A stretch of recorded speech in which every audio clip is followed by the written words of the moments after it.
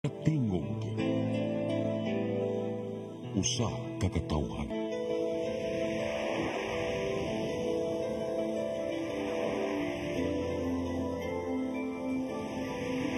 Cebu Catholic Television Network.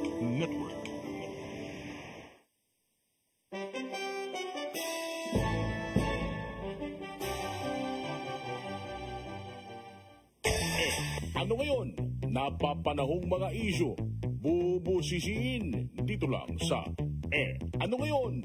Kasama ang makulit pero mababait na tandem, Lino Bonito at Chonky Bench. Ano Ngayon? Dapat sila'y ibasura. Kailan nagiging bobo ang matalino? Kailan? Kapag may masamang motibo. Motibo ko. Sa ganito, nagiging insanity ang rationality. Hindi naman adik na papraning. Ang mga ganun tao kung pwede lang, iwasan na natin. Pwede ba silang dead mind? Ang masaklap, halal kasi sila idol ng taong bayan. At pera natin ang ginagasta sa insanity ng kanilang komite. Anak ng kamote. Paano natin sila maiwasan? Huwag nang iboto. Kung nahuhulaan ninyo ang tinutukoy namin, congratulations! Umiral pa sa inyo ang sanity and rationality. Ito ay naging bahagi ng isang napakagandang forum ng lahat ng profesor ng Sambeda Graduate School of Law. Nakikita ko na dapat buong buwagin nito at i-dissolve ang Quad Committee, no? Kasi hindi lang ito napakamahal na pagkakamali sa focus ng batasan, kundi ito ay tinatawag nating malinaw na paglabag sa ating saligang batas. Idol Chonky Benz, may tama siya. Ang Quad ay napakamahal na pagkakamali. Anong tawag sa tamang pagmamahal? Love at first right. Naman. Ano ang tawag sa maling pagmamahal? Ang pagmamahal gaya ng Quad, hindi committed. Talagang. Idol Bonito, Oy. very ironic na human rights sana ang pinaglalabang kuno ng Quad Committee. Kaya nagkuyog-kuyog sila sa investigasyon para sa bintang na extrajudicial killings laban sa drug war ni Pangulong Rodrigo Roa Duterte. Ironic talaga. Lahat ng karapatan ng resource persons ay tinapakan na nila. Binibigyan ng katwiran ni Senador Dante Marcoleta si PRRD sa investigasyon ng Quadcom. Ni Retired General Orlando de Leon ayaw ni Digong ng mga kausap na idiot. Hindi ba naman? Kaya ang abogado tuloy ngayon ni Digong ang binalingan ng Quadcom. Abogado versus abogagos. Do not shoot the messenger, sabi niya. Tama. Yung message ang importante. Yung message galing doon sa principal. O, yun ang sagutin nila. Takot! Hindi ko na po kayo pinagtitiwalaan eh. Hindi po ako naniniwala na kayo po ay makagagawa ng isang tapat at mapagtitiwala ang pagdinig kung pag-uusapan ay in aid of legislation. Pag nakakita ng pere, parang mga langgam yan eh. Kapag gagamitin nyo lamang po yan, mga paraanan, para ako po asuntuhin ninyo sa mga krimen na kailanman ay hindi ko ginawa. Opo. O yun ang kanyang katwiran. At pagkatapos, sinabi niya, dalawa sa mga member ng Quadcom na chairman, binanggit, they have been vocal in their position that Duterte should be held liable for the crime of willful killing. At sinabi pa nila na yung mga krimen na nabanggit ay klarong-klaro. Masama ugali. Sumakit, parang bias na nga naman sila. Nakapagbigay ka na ng deklarasyon eh. May kasalanan talaga. And the former president should be held responsible. Sina Congressman Abante at Dan Fernandez ang halimbawa ng may masamang motibo, idol. Batay sa sumbong ni Colonel Hector Grijaldo Jr., nawala na kasi sila ng rationality. Pag nakakita ng pere, parang mga langgam yan eh. Mayos nga eh. Ang sabi nga ni Senator Marcoleta, may prejudgment na sila. Pinagtatawan ng tuloy ang apat na chairman ng Quad Committee. Ano ang tawag sa apat na chairman ng Inquiry, Idol? What? Quadro. Di joke. Hindi nga. Kasi mo lang yayabong, no? Parang mga quadro de king ang dating. Ngayon na bulgar na may kinikilingan pala sila. Ano ang tawag? Quadro de killing? Ay, God. Ano ang tawag sa kangaroo court na anti-Rodrigo Duterte? What? Kangaroo court. Aray! Kanga Rodrigo Court!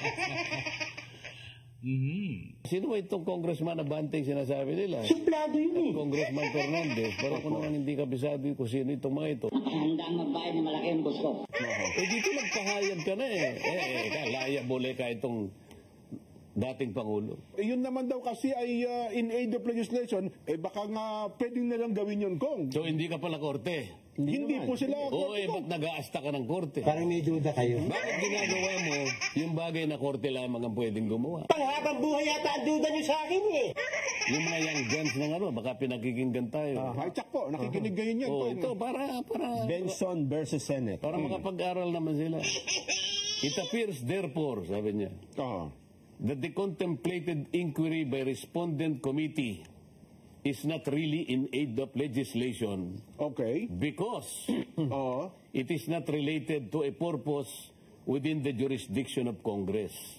Nakita mo Oho. Ang sinasabi rito ay hindi pala talagang in aid of legislation sapagkat ang hindi kanya kaugnay Opo. sa purpose within the jurisdiction of Congress. Bakit? Oho. Since the aim of the investigation is to find out whether or not the relatives of the President or Mr. Ricardo Lopa had violated Section 5 RA number 3019. Ito yung anti-graft. Hindi kita papayaran. A matter, sabi niya, that appears more within the province of the courts rather than the legislature. Pagka ganun, sabi niya, ito'y para doon sa korte. Ako po ay salit lamang sa palabas sa ere. Hindi para sa legislature. Hindi dapat pala sa Ganito yung nangyayari. Sa Congress, ano? Kung ang palagay ng Quadcom, ang pinag-uusapan ay napakaraming paglabag, lalong-lalo na yung mga criminal laws, halimbawa, bakit sila yung nagsusuri? Bakit sila yung nag-undertake ng inquiry na ito ay dapat korte na ang gumagawa? Ang hirap kumita ng pera. Idol, sa halip na pangaralan ni Senator Marcoleta, yung medyo matatanda na walang pinagkatandaan sa Congress, ayun, ang kanyang binibigyan ng wastong pangunawa sa batas, yung tinatawag na young guns. Ito ay pasimpleng Ihulog nyo na! pag-insulto sa matatanda sa Kongreso at pasimpleng pag-hominy sa young guns. Kung ako ang boss mo, sisisantiin kita. Ang pasimpleng homily sa young guns. Young guns pala. Sorry. Ano ang tawag sa matatanda sa Congress na walang alam sa batas? Ano? Ignoramos. Kaya ano ang tawag sa young guns na walang alam sa batas? Ano? Ignoramos mo. Naku, inay ko po sa pagka-ignorante nila pati pala sa Department of Justice. Inaagawa na nila ng trabaho. Pakialamero! Ito ay John T. Watkins versus United States, ano? Wow naman! Lumang lumang jurisprudence, ngunit nagagamit ng ating Korte Suprema. Huwag mo muna pagsasabi. Sabi niya, Wow naman! Opo. but broad as it is, the power of inquiry, talagang broad it is not unlimited. Nakakapagtaka talaga eh. There is no general authority to expose the private affairs of individuals without justification in terms of the functions of Congress. You're provoking. Di ba? Nor is the Congress a law enforcement or trial agency. I-report na natin sa pulis. Kasi sinasabi hindi ka enforcement, hindi ka trial agency. So bakit mo ginagawa ito? Kasi pinag-uusapan nila is war on drugs. Tama po. Kung sa palagay mo ay napakarami mong ebidensya. Bakit ang legislature ang gumagawa nito? Ano ang tawag sa mambabatas na nangagaw ng trabaho ng iba? Simple, mambabastos.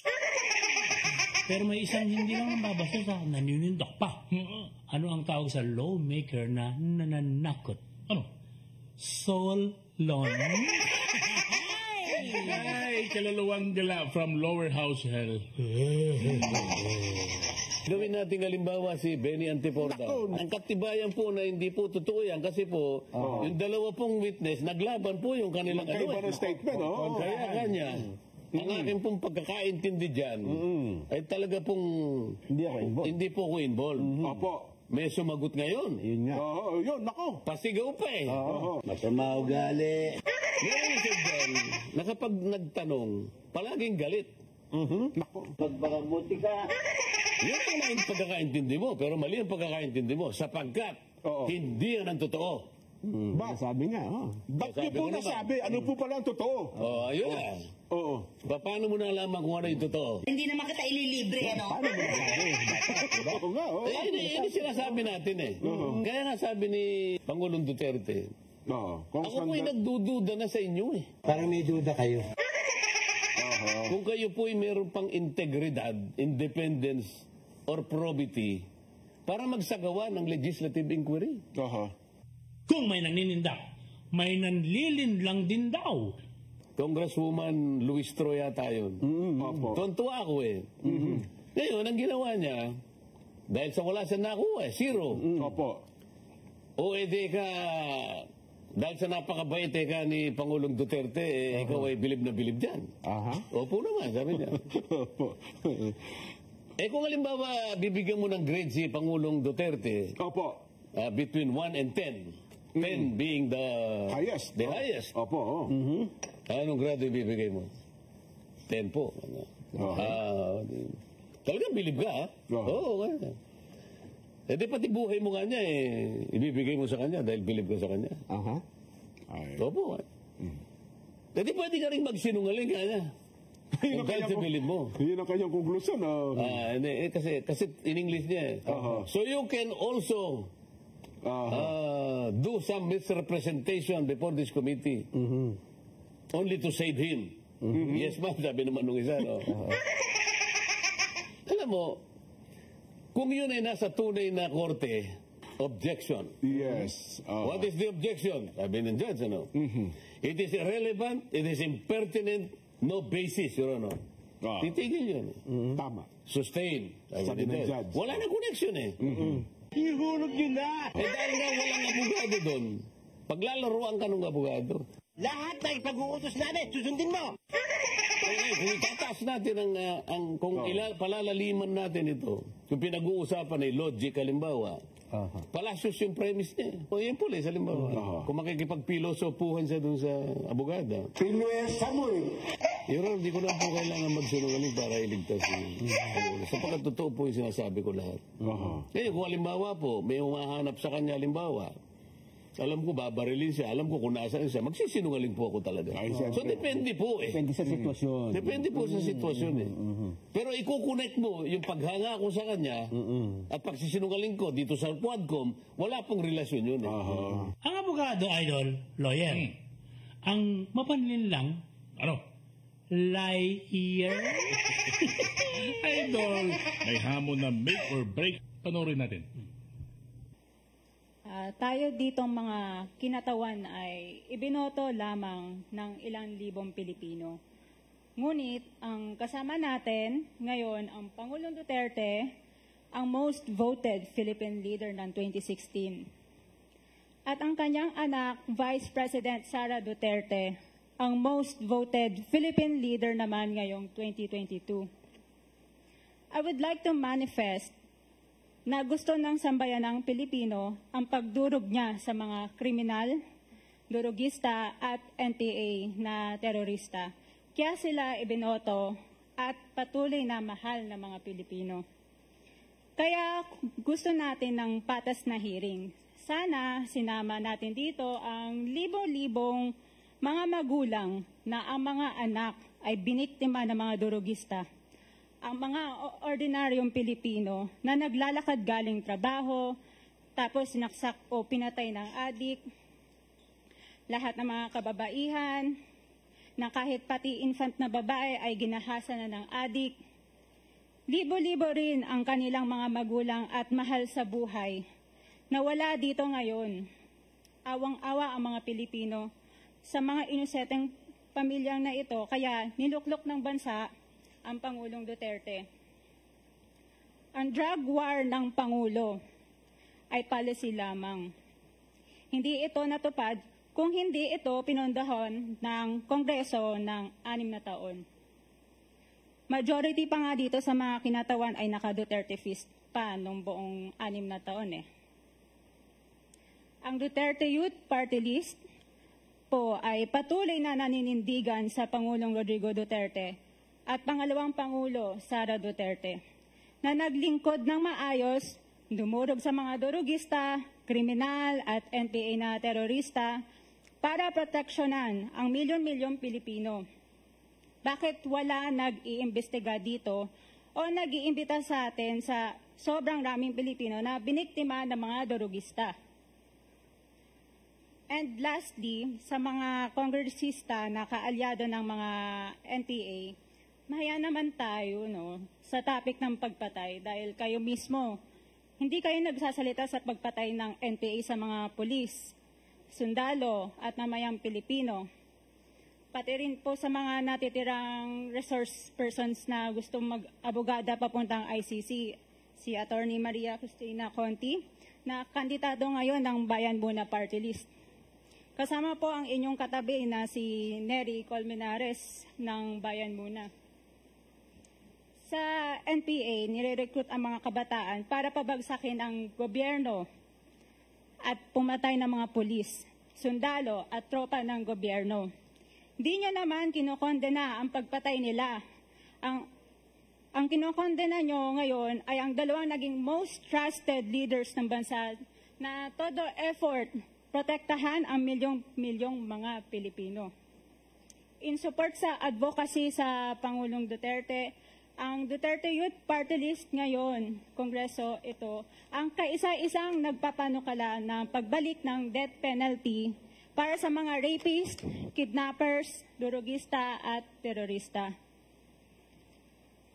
In behalf of the Duterte Youth Party List, kami ay nagpapasalamat sa todong suporta ng Pangulong Duterte at VP Sara Duterte sa mga tropa ng gobyerno at sa pagdurog nyo sa mga kriminal, durugista at NPA na terorista. Yun lang po. Maraming salamat po, Mr. Chair. At magandang gabi po.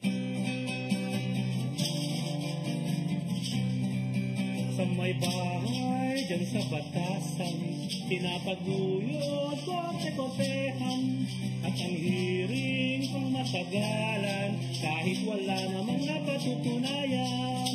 Ang sanlipo ng alburuto ng mga kumag na miyembro, hindi mapilit na dumalo ang tunay na astig na dating Pangulo.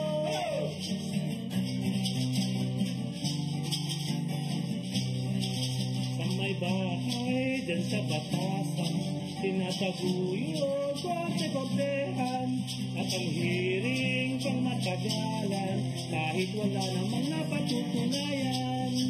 Ang sanlipo ng alburuto ng mga kumag na miyembro, hindi mapilit na dumalo ang tunay na astig na dating Pangulo. Thank you. Kakapal ninyo. Thank you. Ano ngayon? Kung makapal ang mga mukha, kumakapal din naman ang mga bulsa. Aray! Ano ngayon? Napapanahong mga isyu. Bubusisiin dito lang sa Ano ngayon? Kasama ang makulit pero mababait na tandem. Nino Bonito at Chonky Bench. Ano ngayon? Dapat silang ibasura.